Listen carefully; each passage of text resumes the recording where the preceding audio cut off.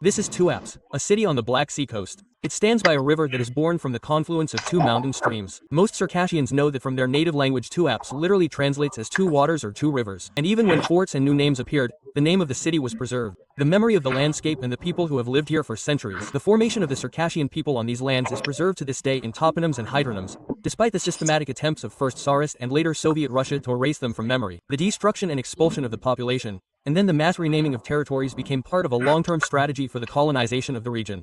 The most characteristic example was the abolition of the Tuapse National Region and the emergence in its place of the Lazarevsky district, named in honor of the bloody Admiral Lazarev, a figure who was an executioner for the indigenous Circassian population. During the Soviet period, the entire Black Sea coastline underwent mass renaming. The name was changed both in honor of specific figures involved in the colonization, and to a neutral one or in honor of people who had nothing to do with these territories and had never even been there. A typical example is the renaming of a local village, and then the most important pass connecting the flat Circassia with the Black Sea region, in honor of Stepan Shamian. He was a revolutionary figure of Armenian origin in Baku, Azerbaijan, one of the Bolsheviks, whom Soviet historiography called the Baku Commissar. It was there that he was shot in 1918. Today, the pass connects Adija with the Shapsuk Alls of the coast and remains a key transport artery during the busy season. And perhaps, in the context of the new geopolitical realities in the South Caucasus, it is worth thinking about returning the historical name. For example, Topsinski Pass. It sounds at least no worse and much more honest in relation to this land.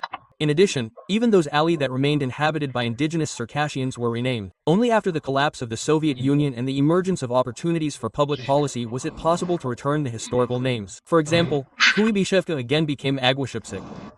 The name of Stalin returned to the name PSB Kirov Takagapish. We talked about the history of political activity in the 90s in more detail in the issues that you can read on our channel. It is worth recalling that the participants in those events are still alive and, by the will of the Almighty, we'll be able to tell in the future about all the details of that time, which makes the appearance of a mobile exhibition at the local railway station called Historical Baggage even more remarkable. True, from the baggage of history, the authors considered it appropriate to tell only that allegedly from the 15th century the territory was under the control of the Ottoman Empire and that there was a large slave trade market here quite habitually. In addition, the crooks posing as historians claim that the name Topso is Greek, because supposedly the Greeks once lived here. These versions apparently fit comfortably under the idea of civilization brought by the Russian army. At the same time, of course, the facts about the almost complete destruction of the local indigenous population are omitted as insignificant. It is clear that the grief-stricken historians are in fact continuing the policy of genocide. But this is also an indicator of the contemptuous attitude of the authors of the project to their own population and hundreds of thousands of tourists and researchers who come to this station every year. Therefore, it is important to remember that these territories were never part of or subordinated to the Ottoman Empire or any other states. The people of Western Circassia independently managed their lives,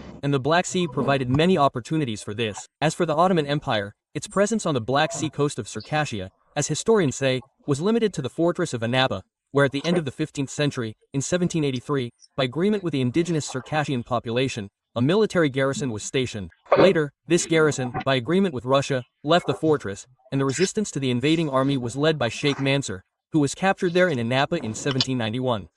Thus, there was no serious military clash between Turkey and Russia directly on the territory of Circassia.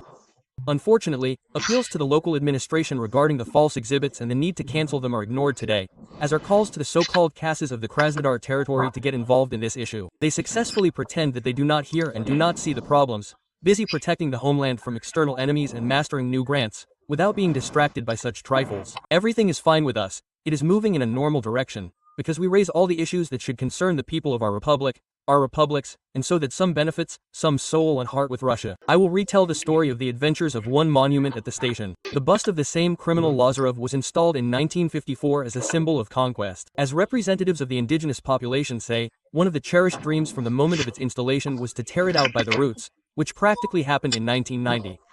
The Circassians not only tied it to the train and tore the bust of the unfortunate admiral from the ground, but also achieved the legal elimination of its presence. However, later, in 2003, it was restored and even given the status of a cultural heritage site of regional significance. But something tells me that the history of this monument is still far from the end.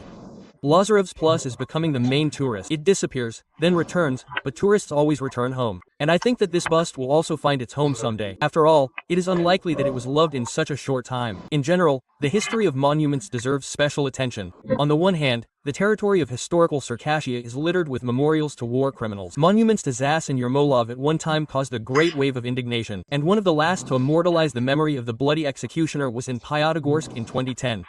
At the same time, the Circassian heritage in these territories is being systematically destroyed.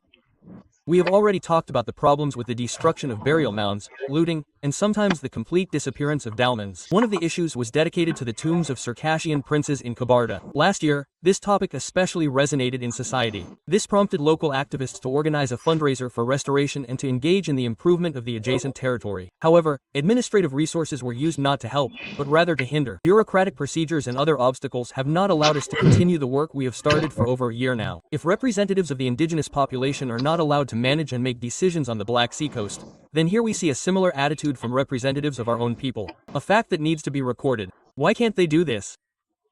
Because they know that they are doing dirty deeds and no one takes them seriously. Fortunately, the Circassians continue to live on their land today, be it the flat part of their homeland or the Black Sea region. Some people are still openly talking about the encroachment on the history of the people.